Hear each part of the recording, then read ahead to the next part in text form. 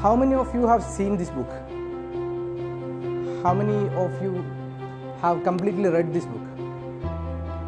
All phosphatic fertilizers പറയുമ്പോൾ പിന്നെ rock phosphate specialise ചെയ്ത് Right. Why only 1% of the people are clearing the prelims examination? There is something called a secret. This book has one thing common with our UPSC preparation.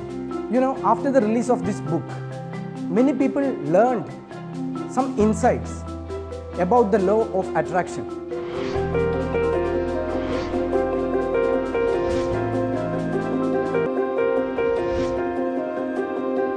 Eightieth question.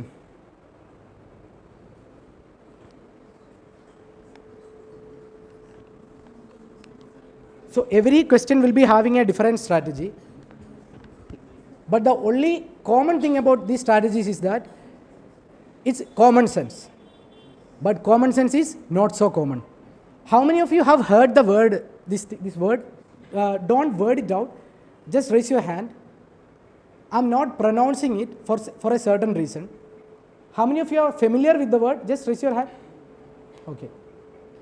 Actually, 99.999% people were not knowing this thing. But they solved. How? Somebody from the back, that blue shirt, do you have any logic for that? You please. No. See, UPSC knows that no person in this world can have the entire stuff in their head. Okay. If that is the thing, everybody would be having like that Albert Einstein kind of a brain. Okay. So no person can remember everything. That UPSC also know. Again, if they have given this, they want to use some logic. Some logics. I'll give you a clue. You said you didn't get any logic, right? Just pronounce it, that word, loud. This word. Oh, sorry, 80th question I'm asking. Oliver reading 80th question, right? Yeah. Not visible for everyone? Not visible. It's M-S-T-R-I-P-E-S.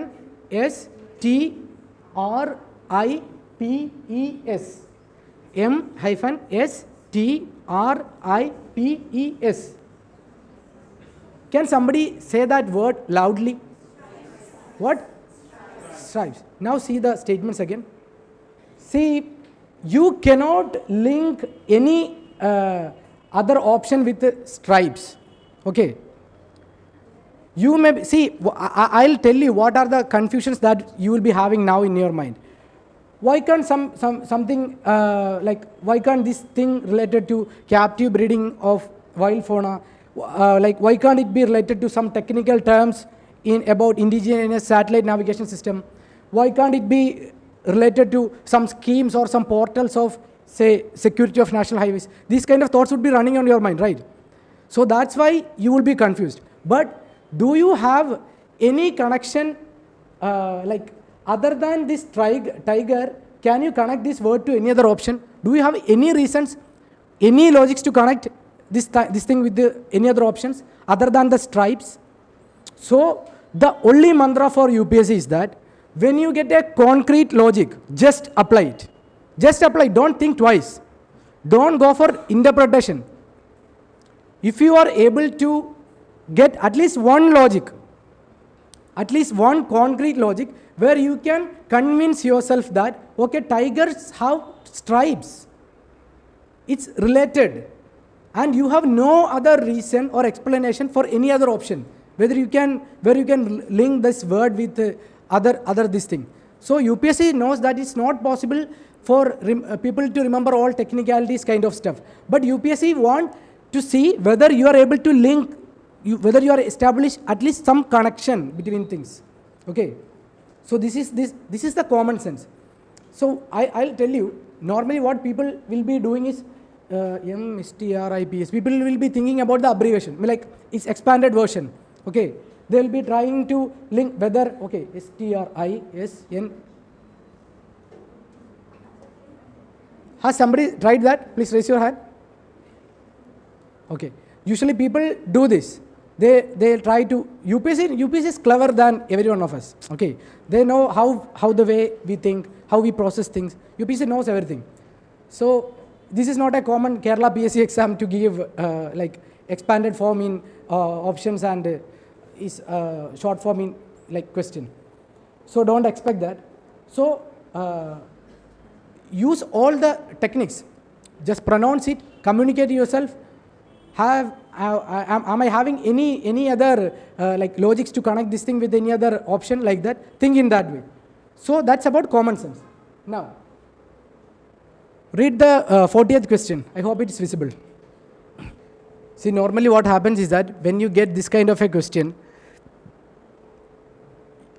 people will be at least, even first in the first instant itself, they will realize that, okay, I don't know this. Reading this thing is a waste of time because none of the words in this thing is familiar. Okay, but this happens not with you only, even with me, even with any other person, any scholar, any topper. This is the thing. But they will find some way. That's the tuning of thoughts. Has everybody completed reading?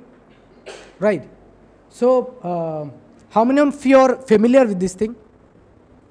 Raise your hand if anybody is familiar. No. I'm not surprised. Nobody is familiar. Okay. So, has anybody found... see, when I'm asking you this question, at least by now you would have realized that there might be some catchy things, right? Can you find some, like, at least one, tell me, this question is about what? Regarding what context? Yeah, loud. Okay, it's about a society thing, right? It's about upper caste, lower caste kind of stuff. Okay. So, what are the two unfamiliar words in this thing? Loud, loud. Devaga, right. So, pronounce that thing once again. Did anything sounds familiar? Okay. Bhaga, fine. You just ignored the first part. You just concentrated on the bhaga only. Okay, fine. Then, any other conclusions? Loud, loud, loud.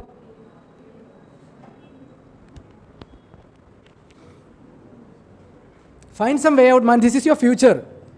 Maybe this question, if you got correct, you'd cross the boundary line. Don't let these kind of questions decide your future to a negative shade.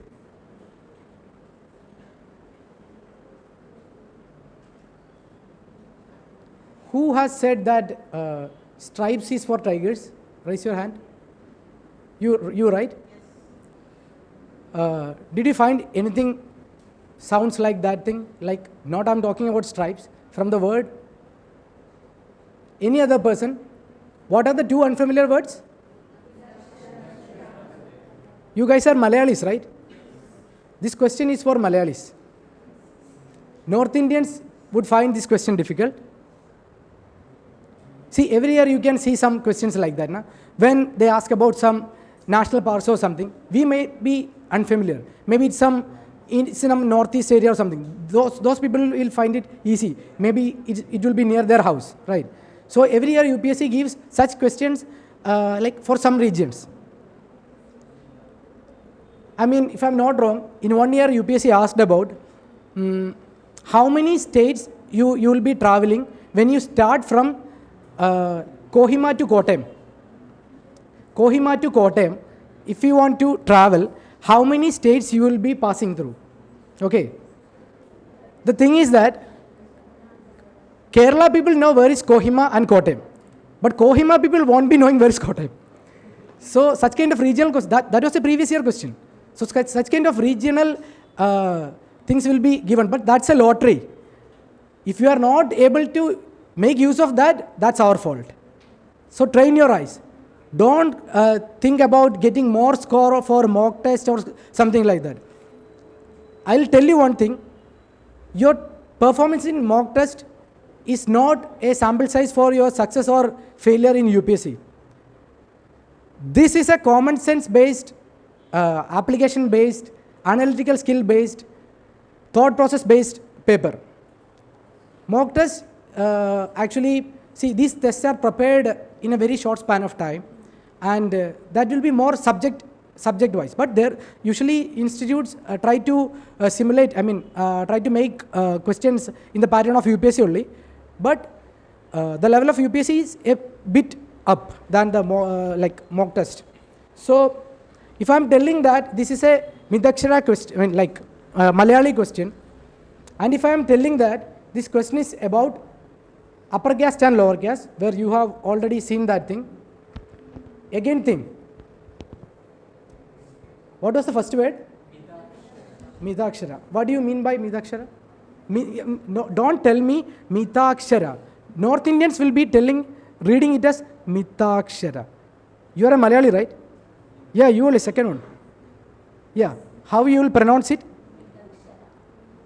What? Midakshara. Midakshara. What do you mean by Midakshara? Come on, speak up. Less? I'm unable to hear. Okay. Midamite what? Less literate, right? Can you equate less literate with upper caste or lower caste? Obviously. Read the first statement.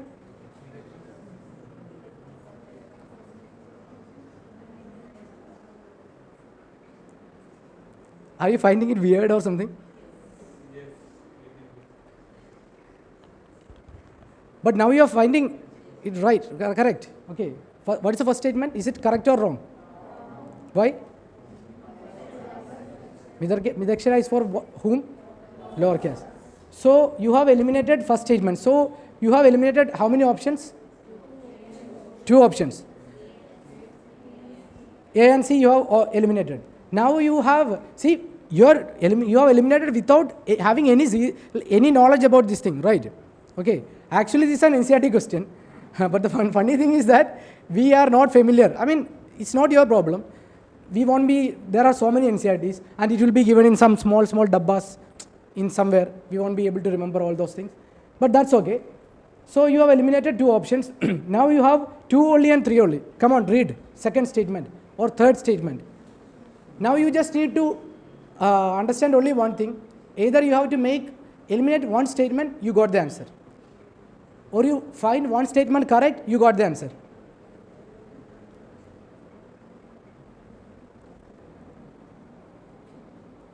UPSC won't give that easy to Malayalis. Okay. Yeah. Actually, you know the thing. You are presently able to solve that. But only thing is that is a little bit wordy, and they have made it slightly complex. I'll just read out that for you. In Midakshara system, sons can claim right to the property during the lifetime of the father, whereas in Dayabhaga system, it is only after the death of the father that the sons can claim right to property. Now, when you equated Midakshara with the lower caste, replace the word Midakshara and place lower caste there. In the lower caste system, the sons can claim the right to property during the lifetime of the father. See, and in the upper caste system, it is only after the death of the father that the sons can claim the property. They are saying that equate the upper caste with some kind of, say, kingdoms or something. Do you find Jahangir inheriting the throne after Akbar or during the lifetime of Akbar? That means in the upper caste system or in the Dayabhaga system, son can inherit their property only after the death of the father, right? What they have said, in Dayabhaga system, it is only after the death of the father sons can claim the property, right? So this statement is correct. Third statement, now you found this statement as solely after the death of the father, sons can, okay. Now, in Midakshara system, the Midakshara system deals with the matters related to property held by male members of the family, whereas in Dayabhaga system, it deals with, they are telling that in upper caste system, it deals with the matters related to property held by both male and female members. Will the upper caste people, our Brahmin community on things, we are a patriarchal society, right? Now only we are getting the women rights and all. The hereditary rights, even recently only Supreme Court has verdicted that women should also equate, like inherit property equally. But those were not the days for that. So they are telling that in the upper caste system or the Ebaga system, matters related to property, both male and female members of the family. It's wrong, right? In the lower caste system, that may be possible because they have no such kind of parda system or something like that, like the upper caste, where women were marginalized. So this statement is wrong and this statement is correct. You're getting the point, right? Yeah, now 31st question, read it. Quick, actually, we are exceeding the time. I just wanted to make sure that you are getting the things. So be quick. Otherwise, you will lose some important questions.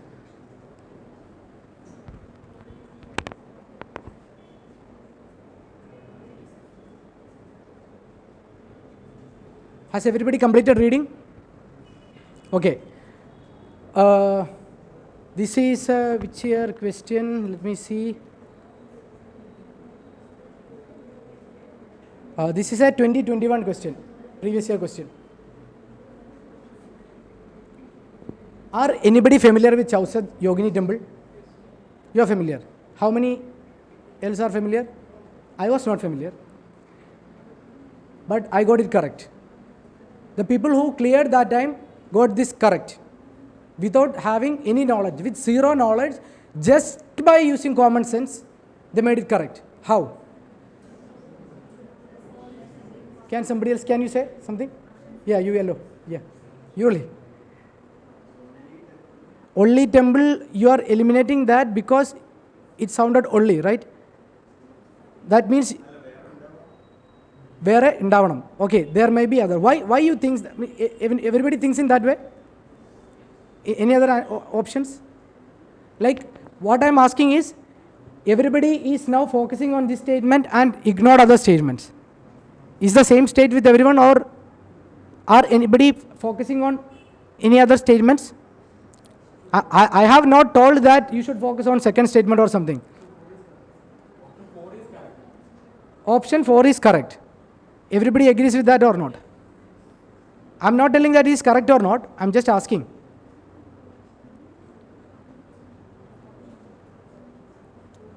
Okay, tell me one thing. India is the land of temples, right? India will be having the maximum number of temples in the world, right? You take any other country. Will it be logically sounding good if you are telling that there is only one circular temple in India? Okay. It doesn't make any sense, right? This is the only logic in this question. You need not know about any other thing. Okay. So, when they say, and I'm not focusing on the word only, okay, you are reasoning it out. India is the land of temple. We have lots of temples. So there are possibility that, I'm using that word possibility. Okay.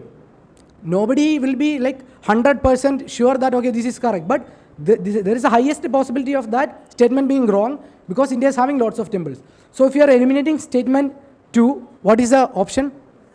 You got the answer, right? Without having, and you have again verified. You have verified your option because if you remember the shape of our parliament, okay, you should verify also. If you are, before marking, you should like do a second iteration as well. Okay, has my logic correct? You are now verifying, right? You got the, when you eliminated this thing, it automatically became true. You were having a partial doubt whether it will be true or not, but by eliminating that thing, you verified that doubt as well. Okay, now you are concretely sure. Okay. Now this is a polity question. Read it very quickly because it's a familiar topic. Okay, tell me how many of you will attempt this question? Raise your hands. Only a few, okay. So that means, even though you have read Lakshmikant, you are having doubt about this particular thing. Okay, it's very human, like it's very normal that we may not be remembering all clauses of this Montagu-Chelmsford Act or Government of India Act of 1935 or something. But what I am telling is, you just need not know each and every clauses for this. If you understand, like, if you can compare those years with the present year. Has anybody striked with any logic?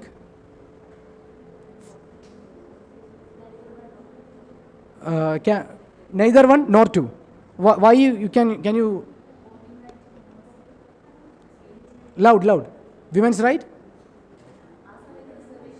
Okay. And the second one?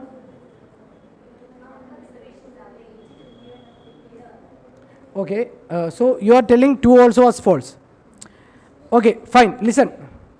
The first statement, most of the people would be at least near to this logic that 1919 was not the period where universal adult franchise was given. Okay, so only after independence that universal adult franchise were given.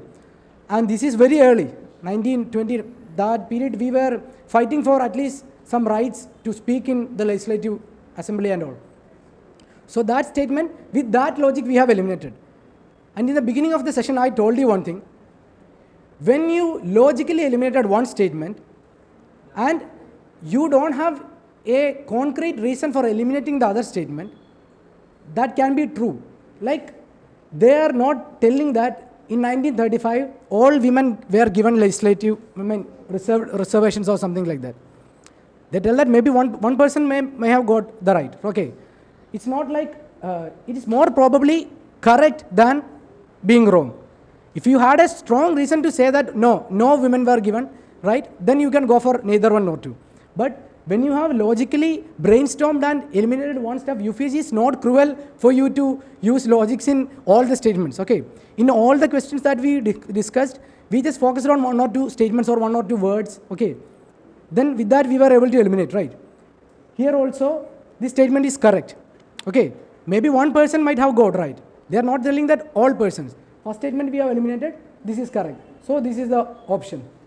Now,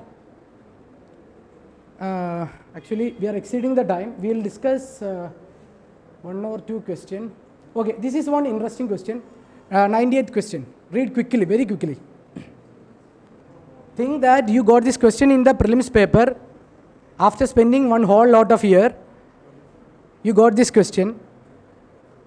I can see beautiful birds flying from somebody's heads.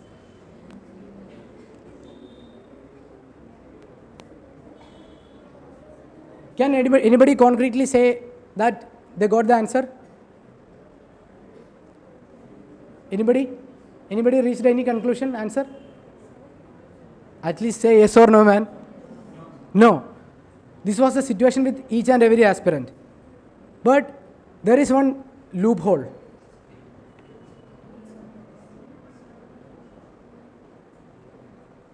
Which is the statement that your eyes got stuck with? Which one?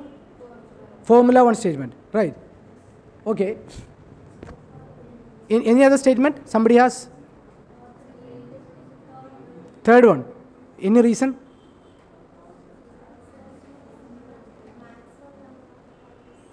Maximum number of times. You are going for that extreme word again. No. Why? Then 2000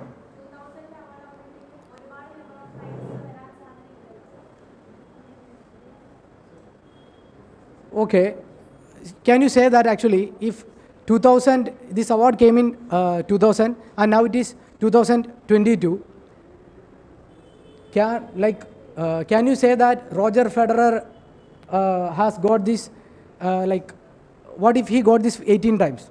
Then that statement is correct, right? Maximum number of times. It does not depend. If it was constituted in 2015, then also if he has got all the awards, then also the statement is correct, right? Maximum number of times he will be given that, right? So it's not about which year it was constituted. How many times he got this thing, that's the only thing that statement is conveying. Now what I'm telling is actually, since we are exceeding time, I'll quickly tell this. See, all the three statements are unfamiliar to us. But can you say that they are asking about some sports award, and in the first statement they are talking about golf. In the third statement they are talking about Roger Federer. Roger Federer is associated with which sport? Tennis. So can you link, is there any connection between golf, like this one, what? Tennis and Formula 1 race. Which one is the odd one out? Formula 1. What is Formula 1 about?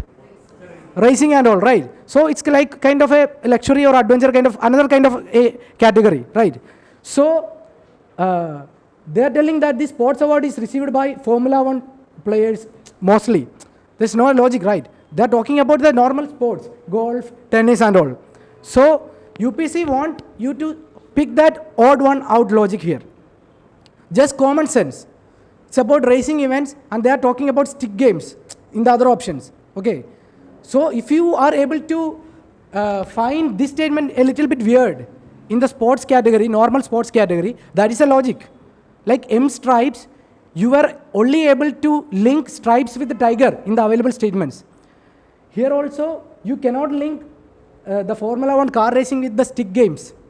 So this is the statement to be eliminated. Okay, so if you are eliminating the statement, what's the answer?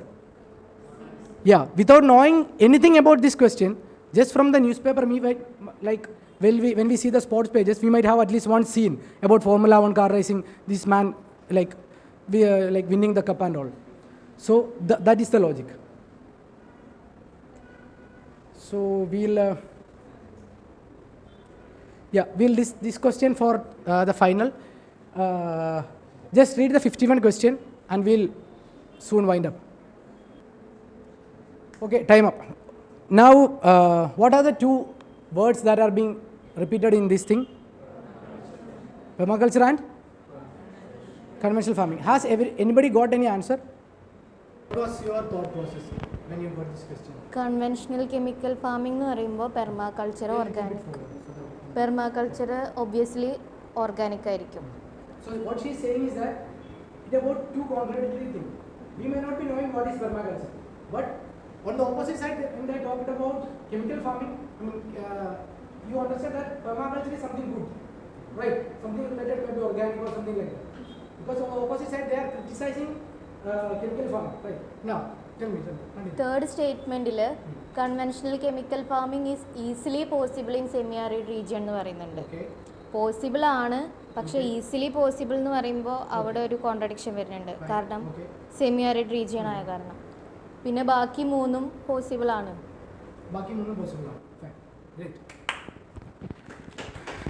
Now, where her eyes found a loophole is that they are telling that in conventional chemical farming is easily possible in semi-arid regions. See, if they can say that conventional chemical farming is possible in like semi-arid regions, we can understand. Because India, if we see, 40% only is the irrigated land in our country. Most of the areas are like semi-arid areas. Okay, so if in India they are telling that permaculture farming is not so easily possible in such regions. Okay, and you know that UPSC asks permaculture since it is more good, right? Otherwise, like fertigation, something new. So if something new is not easily possible in semi-arid region, where India is having most of the semi-arid lands, okay, if it is not possible, there is no point in asking this question or like discussing about this topic. And in the first part, they are telling that chemical farming is easily possible when there is water deficiency. How it can be easily possible? It may be possible, but it's not easily possible. And you cannot say that a new technology or new reform is like not so easily possible in such region. If it is not so easily possible, why we are discussing this here? Okay, so you can eliminate this thing. So when you eliminate the third statement, you are left with two options. Now just see if you can say at least one is correct, you can go for this, right? Like if one is correct, 4 automatically becomes true, right? So permaculture farming discourages monoculture practices, but in conventional chemical farming, monoculture practices are predominant. What about this statement? Correct or? Correct, right? See, when for retaining the soil fertility and thing, we promote mixed cropping, like crop rotation kind of thing, right? So permaculture, when it is something related to organic farming or some new kind of good farming, it's usual that it will be discouraging monoculture farming. Okay, conventional chemical farming we practice for tea, coffee, cotton, rubber, monoculture practice, right? So that should be different from the permaculture farming, where it will be something like zero budget natural farming kind of thing, okay, where you can cultivate more yield with less input. So that's the thing. So these are the, so we reach the option B, right, without any doubt, right? So this is another one such question from last year, system of rice intensification. So they are asking about system of rice intensification. We may not be knowing system of rice intensification, but if they asked, when they're telling that something about like rice intensification, we know that is something related to rice cultivation and agriculture. So it may be some new technology for on agriculture. And they're telling the option that reduced seed requirement, reduced methane production, reduced electricity consumption, all positive statements. That will be like more easily associated with the new technology. Otherwise, we won't be discussing this technology, which is not good, right? So, all the three. So, this is the point where we have to understand one thing. UPSC like is not for the people who are only bookish. Majority of the questions are in this way. I'm not saying that you need not study or something like that. For everything you need a base. There may be questions like application questions from the economy, polity or something. They can ask about like we saw the question about near versus rear, okay, and there can be question about speaker or legislature or about vice president, which are not so hyped areas. Like they can ask about chief secretary, who appoints chief secretary, like that. So these are related to subjects. That will be clear from the mock test, okay. This subject application will be clear from the mock test. But the like the majority questions in the UPSC, we have to tune our thought process in such a way that when you get these kind of questions in the original exam, we won't be surprised. We would be happy. Actually, when I saw that Roger Federer question, I was happy because I know that 99% of the people will mark it wrong. And I will get an edge there, okay. This is the insight. This does not happen like on one day or something like that. Even Buddha spent 30 plus years of his life to get that enlightenment, okay. Every person spent lots and lots of the years. Even the bulb was invented after hundreds of failures, okay. So it requires a hand-holding. It requires a training. It's not about a matter of one day or so. It requires intense practice. Every time your thoughts are going in another direction, we should take this to the proper channel. So this requires a practice. For that, Gallant IAS, for the first time in India, I'm telling this again, for the first time in India, launching one program called Guru Shishya program. This is the test series that we are launching. This will be starting from November 6th. Before November 6th, you will be having one session where you will be intensely trained and tuned with the previous year papers. Then you will be taken to this. And why I am saying this is unique and for the first time in India, because it is having another element called Guru Shishya program. Guru Shishya program means those who subscribe to this test series will be accompanied by a faculty for the whole period. Like that, if you are having a class here, if you are having a class for 2 hours or 3 hours daily, after that, whole people will sit together. Like if I am guiding the program, if I am dealing with this test series, I'll be sitting with you. And what I'll do is, if the test series is on November 6th, we'll sit for the first time in November 1st. Then we'll divide the syllabus topics into 3. For example, if you are given polity as your like syllabus topic, there may be some current affairs also. So polity plus current affairs, if that is the first day test, you will be given a hell lot of topics, syllabus from the Lakshmikant and from NCERT, this kind of thing. So what normally happens with the aspirants is that they may be attending the first test, but we have to find some astrologer on the day of second test to find out you people. You will skip. Why? You might not now finish the syllabus, right? You won't be confident to appear for the exam. You will think that, okay, I'll study and write. Why should I get some poor marks? This happens. But what is the result? The tests keep on accumulating. People started, like, those people will be writing. They might also have not completed, but they will still keep on writing. So when I told you that completing the entire nook and corner of syllabus is not the thing that is required for UPSC exam. It requires the thought process tuning and some basic study of the basic books, plus the regular application of the knowledge through the mock test series. The test series of Gallant IAS is designed to the tune of the dynamic UPSC paper. If you observe, from 2015 there is a change in pattern. From 2019 there is another change in pattern of the type, like questions they are asking. In 2022 there is another, like they are asking like only one statement is correct, only two statement is correct, like that they are asking. So pattern keeps on changing. So the test series of Gallant IAS will be designed in such a way that you will be getting such kind of common sense based, strategy based, application based question along with the subject test. So when we sit for the first day, what we'll be doing is that we'll divide those weeks test entire syllabus into 3. On the first day, we'll be revising. We won't be studying. Studying and revising are two things. Revising will consume less time. Okay. If I'm telling about national emergency, I'll quickly telling about what kind of different dimensions that can be asked from this. Okay. What are the important provisions of the national emergency, and who will be having the powers of this national emergency, who can declare national emergency, and what are the circumstances in this national emergency can be proclaimed. So such kind of things will quickly brush up, because you have at least heard once. Then we will quickly sit as a team and read. Everybody will be having their books or laptops. I'll be having mine, and we'll be quickly keep on going from topic to topic. Actually, this facility is available for online students as well, because this will be short and it will be live streamed, or they will be given the recordings. Okay.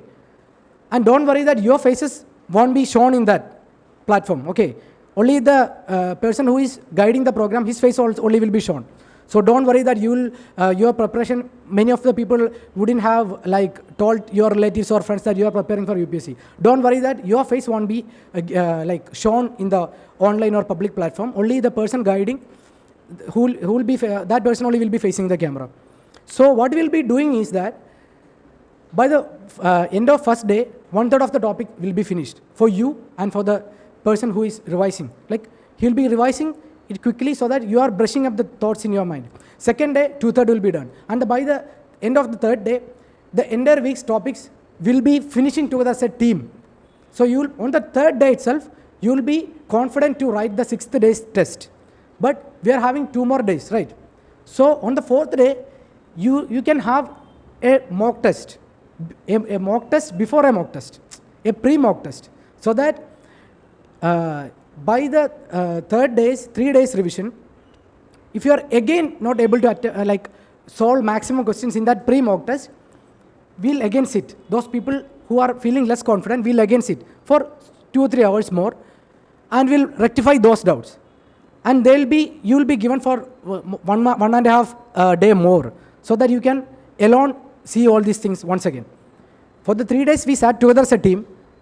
For the last 1.5 day, you will be sitting alone and you will be brushing up the topic. On the 6th day, nobody could resist you from attempting the test. You will be super confident, because you have finalized, you have finished all the syllabus topic for that week. You have attempted a pre-mock test. That pre-mock test may be optional. Maybe if you don't want to write, you can skip that thing. But on the 6th day, you can definitely come and attempt, because one thing is that you need not be concrete sure about each and every nook and corner of the subject and all. You just need to have a bare idea. That will be done in the first 3 days. Okay.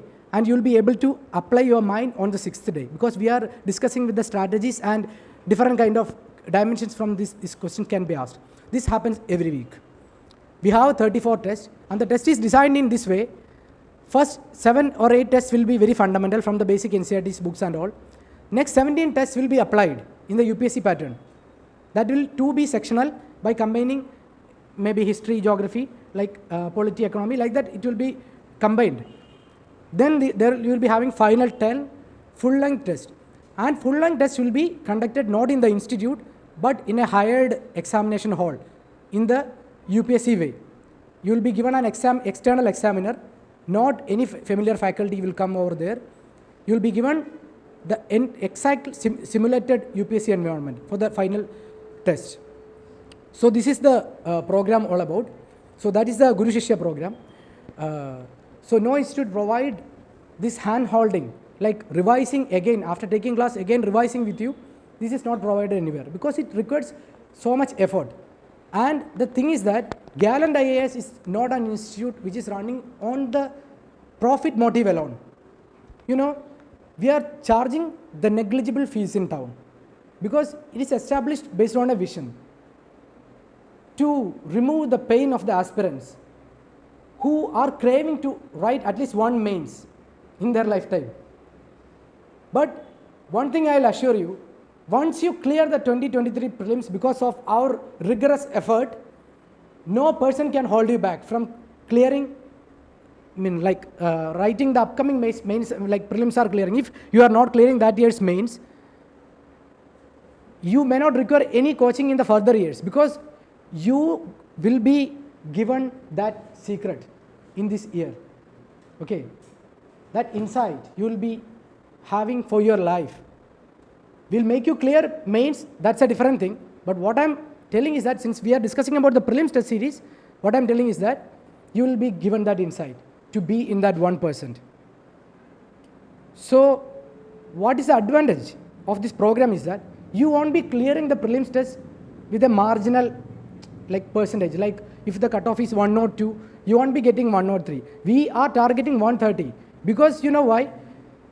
With the basic level understanding, with the applied understanding, and with this strategy, you could be easily score above 130. And the advantage is that you could be easily writing IFOS mains as well. So 2 mains in 1 year. With a single round of preparation, 2 mains in 1 year. This is possible. And this was possible for me, for my fellow peers and all, because we got this insight. And this thing we want to give to you so that you won't be suffering again by reading the same books year after year. Let 2023 be the final year, maybe your first attempt and your last attempt for your life. Thank you.